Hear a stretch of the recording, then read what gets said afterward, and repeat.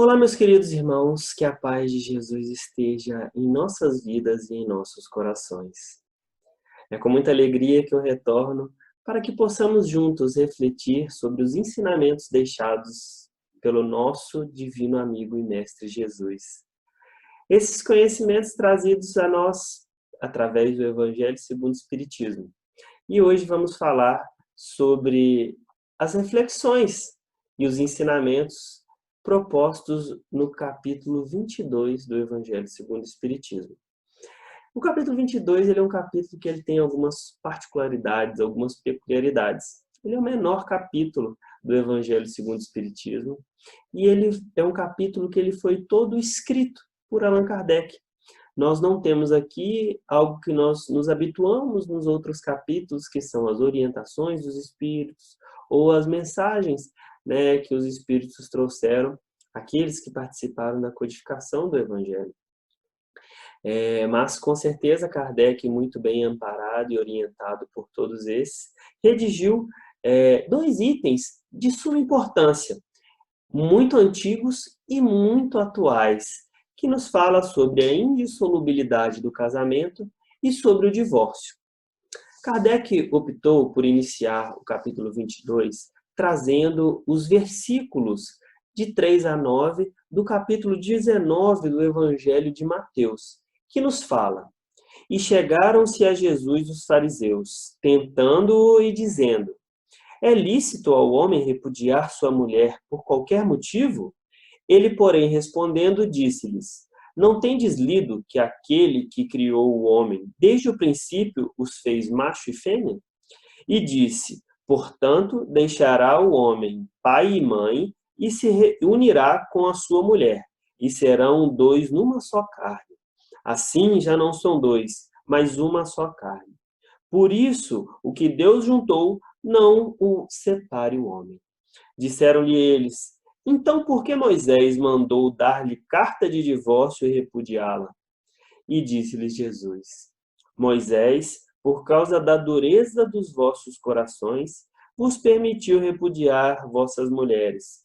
Mas no princípio não foi assim. Eu vos digo, porém, que qualquer que repudiar sua mulher, se não for por causa de adultério, e casar-se com outra, comete adultério. E o que se casar com a que o outro repudiou, comete adultério. Aqui nós temos, nessa passagem de Mateus também, é importante a gente fazer essa conotação histórica, mais uma vez os fariseus tentando Jesus. Né? Os fariseus eram profundos conhecedores da lei mosaica. E, particularmente nesse tema, né, na carta de repúdio, do divórcio, duas escolas que eram as mais importantes daquela época, que compartilhavam os ensinamentos, as suas interpretações da lei mosaica, elas divergiam nesse ponto. Uma dessas escolas ela era mais rígida e acreditava que em determinadas situações ou sob determinadas circunstâncias, poderia sim haver essa carta de repúdio e esse divórcio. Outra já era mais flexível, então ela era mais permissiva e, por motivos mais simples, mais fúteis, permitia-se repudiar a mulher. Né? Então, se a mulher não cozinhou bem, se ela não, o homem não estava gostando dos serviços que ela lhe prestava, ele tinha essa autorização de acordo com a interpretação dessa outra escola. Então, era um tema que já era muito polêmico e gerava uma discussão lá na época de Jesus, 2020 anos atrás. E nós vemos que muitas vezes é importante que seja falado. E Kardec vem trazer uma conotação, né, um outro prisma para essa questão da união entre pares, entre pessoas. Ele vem nos falar sobre a lei de Deus, a lei de amor. Né? E é sobre isso que a gente vai falar aqui nessas reflexões.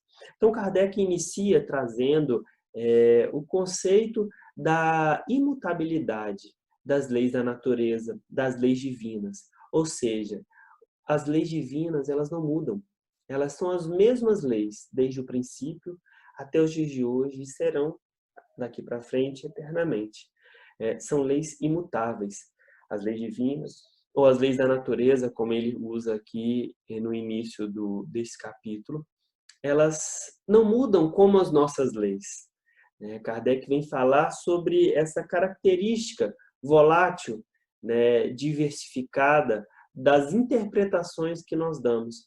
E ele nos fala da intenção divina na união do homem com a mulher, que a primeira intenção dessa união, a primeira ordenação é para que, através dessa união, da união dos sexos, possa ocorrer as reencarnações. Ele nos fala, no casamento, o que é de ordenação divina é a união dos sexos para que se realize através da reencarnação a renovação dos seres que já morreram. Ou seja, para que se possibilitem novas experiências encarnatórias, novas possibilidades aos nossos irmãos desencarnados de estarem experienciando aqui na Terra novas oportunidades de crescimento. Só que ele nos atenta para as condições que regulam essas uniões. E aqui é o primeiro tema de discussão, quando ele nos fala. Mas as condições que regulam essa união são de ordem exclusivamente humana. Não há no mundo inteiro, nem mesmo no cristianismo, dois países onde as leis humanas sejam totalmente as mesmas.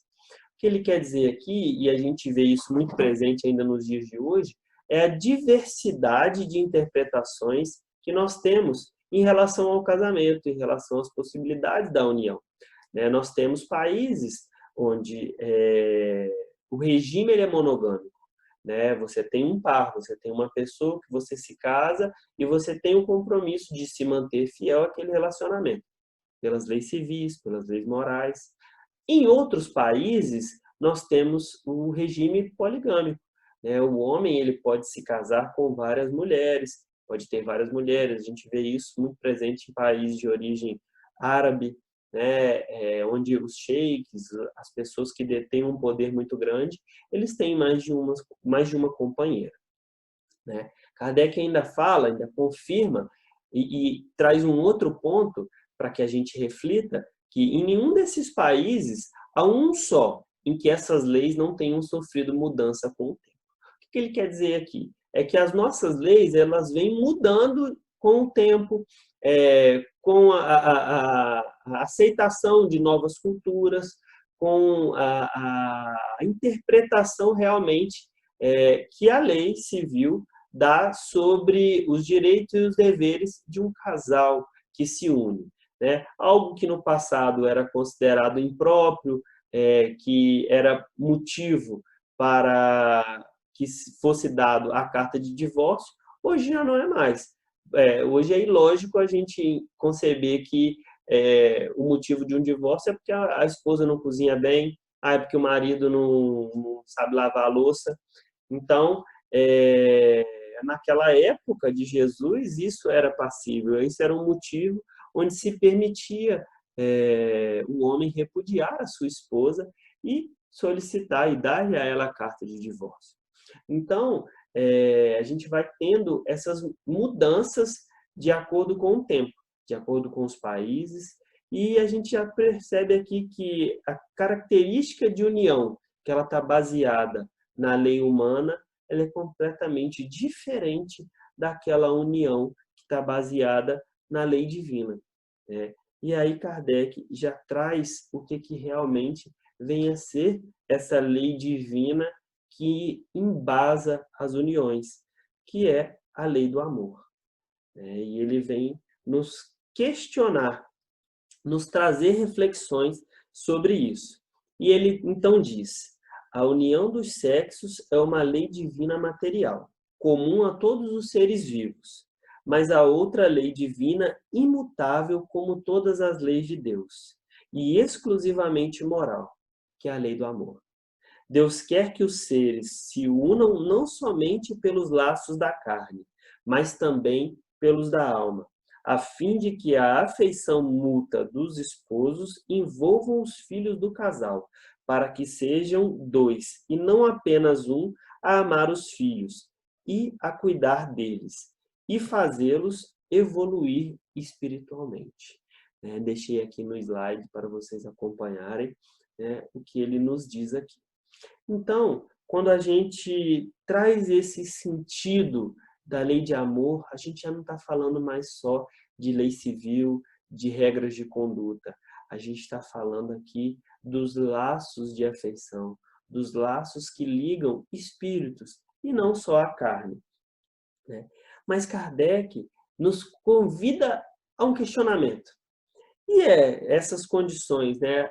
Os casamentos hoje, atualmente, e olha que Kardec estava em 1860 e poucos quando escreveu esse capítulo. Eles se dão, ela é tida, né? As uniões, o casamento hoje tem como base a lei do amor, e infelizmente ainda é muito presente, naquela época era muito maior, os casamentos por interesses, né? Os casamentos onde se leva em conta o interesse material, o interesse da vaidade, o ego, né? O preenchimento do ego, onde se leva em conta a beleza física e não a beleza moral, intelectual. E então aqui nós temos o primeiro problema, né? E Kardec fala que hoje, né, nas uniões, o que se procura não é a satisfação do coração. Então, não é a aplicação da lei do amor, mas o orgulho, a satisfação do orgulho, da vaidade, da cobiça. Numa palavra, o que se procura é a satisfação de todos os interesses materiais. Então, é algo que era extremamente comum naquela época, e ainda tem uma característica peculiar das épocas que hoje já não é mais tão presente, que eram os casamentos arranjados, onde as pessoas não poderiam nem escolher os seus cônjuges. Então, era todo um interesse que estava baseado no status, estava baseado no nome, no poder financeiro, em garantir um futuro farto em relação aos bens materiais, onde não se levava em conta o que é da lei divina, que é o amor entre os pares, entre os indivíduos que irão se juntar para essa união.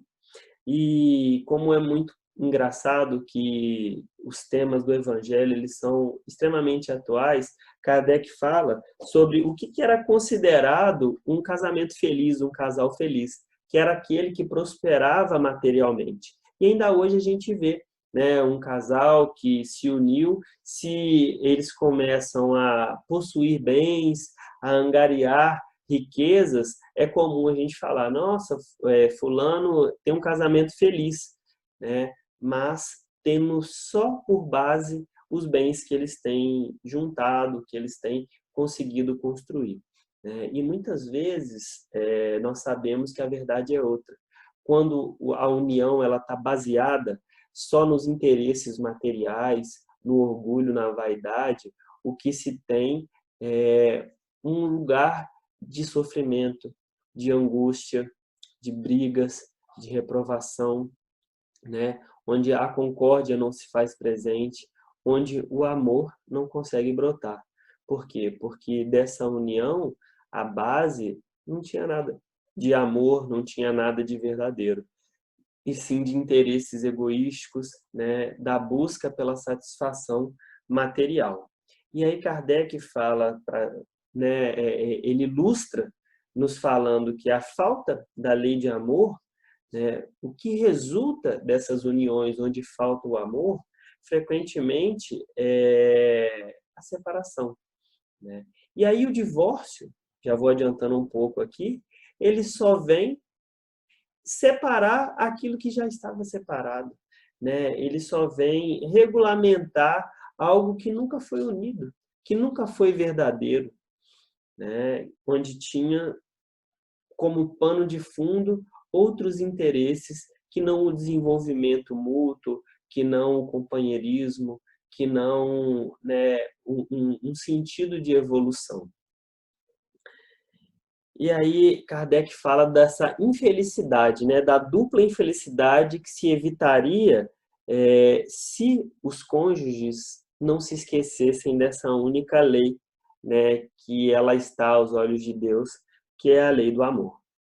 E nos fala, né, que quando Deus disse, não sereis mais uma só carne, e quando Jesus falou, não separei o que Deus uniu, né, ele não estava falando desses casamentos que tem como base a cobiça, não tem como base a vaidade.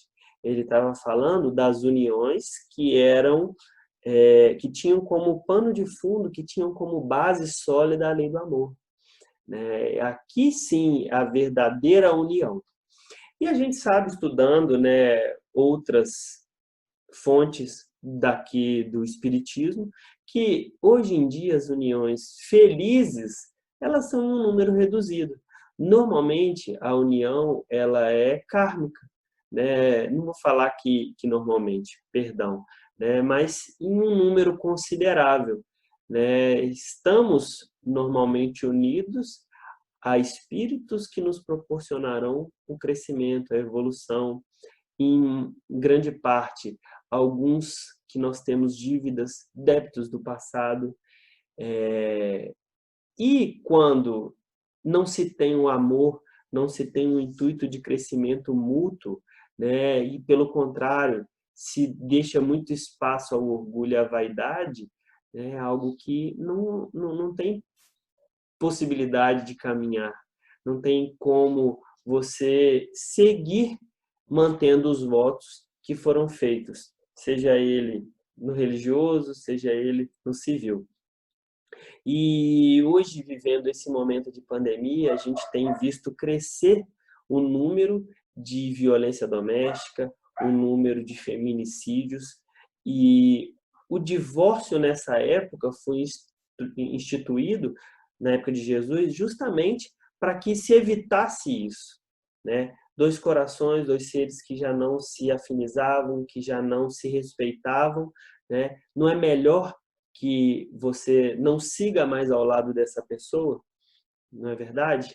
Então, é uma reflexão que é antiga, mas ela é muito presente nos dias de hoje, né? Para que continuar dividindo um mesmo lar, se é que a gente pode chamar de lar, para que continuar caminhando na mesma estrada, onde você vai ser possivelmente vítima de agressões, agressões físicas, agressões verbais, onde não se há o respeito, onde não se há a concórdia, onde não se há a reciprocidade, né? Então, quando Kardec nos fala sobre o divórcio, ele fala justamente que Jesus instituiu, mas colocou o adultério, né, como o único motivo dessa carta, mas que ele queria, entre aspas, reduzir a possibilidade do mal. Porque naquela época, a mulher pega em adultério, ela era condenada à morte por pedrada, né, apedrejada. Então Kardec fala que o adultério não existe onde reina uma afeição recíproca e sincera. Jesus proíbe, na verdade, que o homem possa desposar uma mulher repudiada. Então, na verdade, vamos colocar assim, o castigo, ao invés de ser a pedrada, seria ela não poder casar mais. Então, Jesus ameniza, né? Kardec continua falando, mas é necessário considerar-se os costumes e o caráter dos homens daquela época. A lei mosaica, no caso de adultério, determinava matar-se a mulher a pedradas. Então, Jesus atenuou, queria abolir, né, esse ato que era impensável nos dias de hoje, né, mas que era muito presente. Nós temos até a parábola aqui da mulher adúltera, onde Jesus nos fala: aquele dentre vós que não tiver pecados, que atire a primeira pedra. Voltando então à indissolubilidade do casamento, Kardec se questiona, né? Será então que a lei civil ela é insignificante, ela é tão superficial? E ele mesmo nos convida a refletir sobre a utilidade e nos fala que ela é útil, necessária e variável segundo as épocas e países, né? Nós falamos aqui dessa variabilidade de leis, né? Dessa pluralidade de leis. Essa lei deve conter a sabedoria da época e dos costumes, para que o homem civilizado não viva como selvagem, né? E algo que me chama muita atenção é quando Kardec nos fala sobre as características que irão representar os laços de união daqui para frente, né? Quais serão as bases que a gente vai ter? Vai ainda continuar esses casamentos pelo interesse, pela vaidade, pelo egoísmo? E Kardec nos fala que não, que essas uniões elas desaparecerão com a evolução moral dos homens, abrindo finalmente os olhos das criaturas para os males incontáveis, para os erros, para os próprios crimes que resultam dessas uniões, contraídas com atenção voltada apenas para os interesses materiais. Então, ele nos fala que, num futuro distante, o que irá prevalecer é a lei do amor, né? É a união entre seres, e independente de sexo, mas irá prevalecer a lei de amor, a lei de respeito, a lei de fraternidade. É a característica da união dos planetas de geração, né? Essa transição onde a dor ela não é mais instrumento, o único instrumento de evolução, né? Mas sim o amor. Então, isso vai ser a tônica também, né, das uniões que estarão presentes aqui. E ele finaliza retornando ao divórcio, né, confirmando, apenas afirmando aquilo que nós já comentamos, de que o divórcio ele é um instrumento que ele só confirma, né, o que as criaturas já fizeram, que já se separaram, que já não há essa união, né, essa comunhão de pensamentos, de sentimentos, elas já estão separadas. O divórcio vem só confirmar, né, ela vem só validar, entre aspas, a liberdade agora que cada um tem para seguir os seus caminhos. E ela só é aplicável nos casos em que a lei do amor não foi observada, né? Porque o amor, quando ele é a base da união, não tem por que as pessoas se separarem, não tem por que as pessoas se divorciarem. Muito pelo contrário, né? O amor, ele liberta, né? O ódio que amarra. Muitas vezes as pessoas continuam atreladas umas às outras numa condição de ódio, mas por apego, né, pela essa questão de posse, de estar amarrado um ao outro. O amor não. O amor ele liberta, ele libera, ele dá espaço, ele deixa livre para que as pessoas possam seguir, né, os seus caminhos, de preferência juntas, almas que se amam e se afinizam. E eu gostaria de finalizar as nossas reflexões de hoje com um texto muito interessante que fala sobre o casamento em 4 estações. O casamento gira em torno de 4 estações. Não vá pensando você que o casamento se resume em uma linda primavera.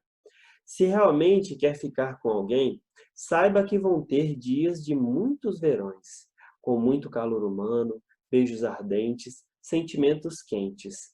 Mas saiba que também existirão dias tempestivos e frios em dias de inverno, mesmo sendo verão. Mas quero que saiba que a maior parte dos dias é vivenciado de lindos outonos em que terão belíssimas primaveras. A vida não para, ela apenas muda a cada estação. E o que temos que fazer é aproveitar cada uma delas, extraindo o melhor das 4 estações. É um texto de Lenilson Xavier. E eu gostaria de deixar aqui um imenso agradecimento por todos vocês que estão acompanhando as nossas reflexões sobre os ensinamentos do Evangelho. Gostaria de pedir que vocês, se possível, compartilhem esse vídeo com o maior número de pessoas possível, para que esses vídeos possam chegar àqueles que realmente precisam refletir sobre os ensinamentos do Evangelho, para aqueles que possam, né, se interessar pelos ensinamentos aqui contidos. Se você puder também se inscrever aqui na página do nosso canal, vou ficar muito grato, porque você também vai estar auxiliando assim a gente estar compartilhando as mensagens, os ensinamentos do nosso divino Mestre e amigo Jesus.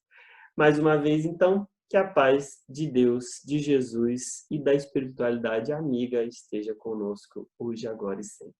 Um grande abraço.